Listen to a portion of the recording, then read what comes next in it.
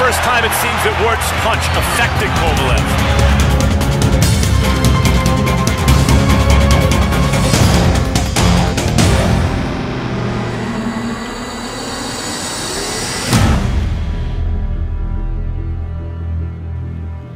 Hello and welcome to In This Corner. I'm James Smith here at Mandalay Bay, where Saturday night the ring will be up, the crowd will be raucous as it's Ward and Kovalev 2, the rematch. The first fight was razor close. I picked Andre going into that fight. I thought he won the fight, but it could have gone either way. Now we're ready for round number 13. I already said enough, and I will prove it June 17 into the ring. And you get prepared. Thank you very much, sir. Turn my mic on. You ain't gonna do nothing. Don't point your finger at me, See bro. You. All the talking is good. It's good for the fans. It's good to build it up. It's all good. But anybody that knows me knows I'm about the action. I'm about getting it done. And I don't have to announce when I'm on my way. I just like to show up and get it done. I think what Kovalev needs to do is get Andre down and keep him down. That certainly won't be an easy task, but the most important thing for him is to use that left jab, to keep the jab touching Andre Ward to set up that lethal right hand.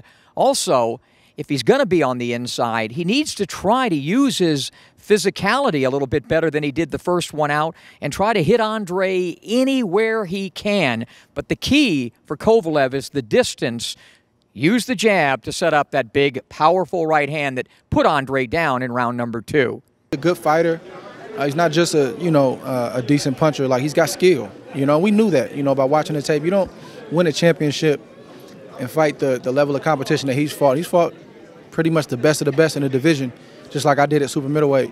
What Andre Ward needs to do is pick it up in round 13. In other words, from the 4th round on, Andre started to get in his zone, and he was able to get underneath and in and around the tremendous power of Sergey Kovalev, and that's what he needs to do this time earlier. Get in and around, underneath, get on the inside, work the body, work the angles, use his versatility and his higher IQ, and make it a more convincing victory this time.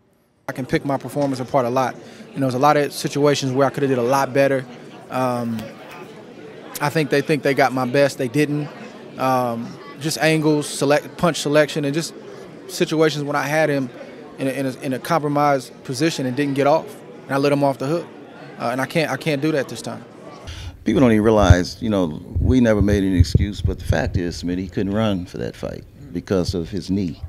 He had a sack on his knee. We found that out later after we had him examined after the fight, that if we ran, it would swell the knee up. So we had to stick with the bike and the Versa climber like that, but he couldn't run.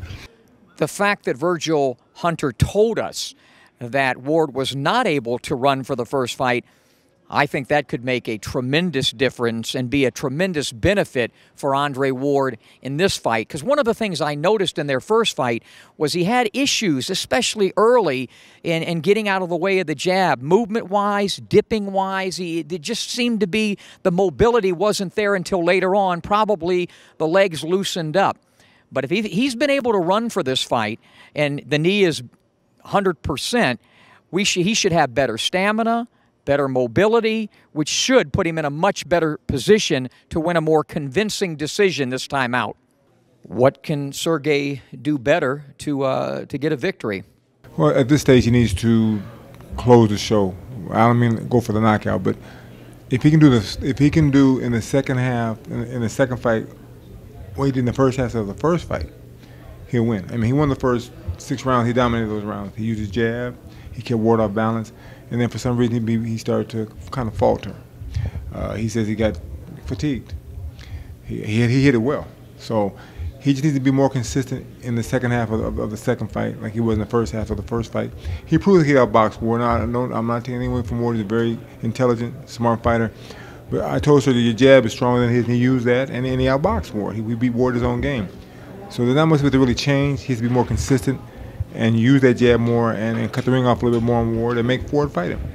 In rematches like this, where you have two dynamic fighters, two high IQ fighters, I simply go with the guy with the highest IQ.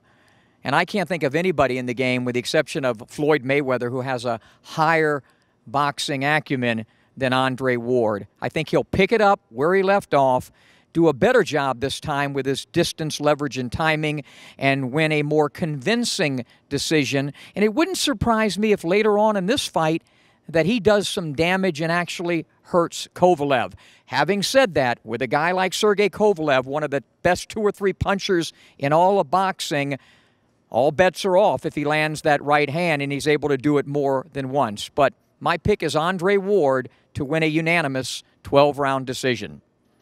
So it's Andre Ward and Sergey Kovalev 2, the rematch on Saturday night at Mandalay Bay and on HBO pay-per-view. You don't want to miss it.